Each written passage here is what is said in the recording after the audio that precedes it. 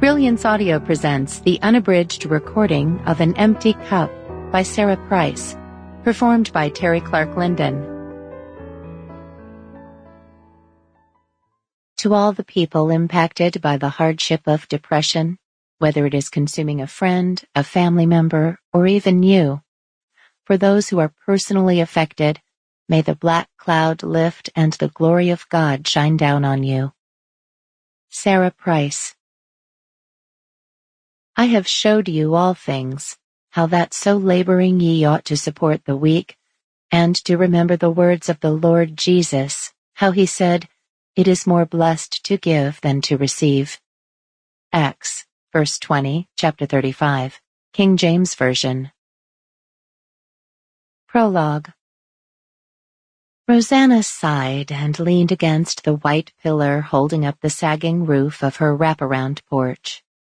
She felt as weary as the house and porch looked, both of which were in desperate need of fresh paint. The fence also needed to be painted and fixed. The horse kept wandering into the mule's paddock. Given that it was already autumn, she knew Timothy wouldn't get to any of the repairs this year. She was as resigned to this as she was to the fact that she lived in a loveless marriage. Staring at the two-story red barn across the driveway, Rosanna watched as the sun rose behind it, the sky slowly transforming from dark blues to hues of red and orange. She heard the dogs bark from their kennel. A stray cat ran around the back corner of the barn, the likely cause of the interest from the dogs. It disappeared down the driveway in the direction of the road.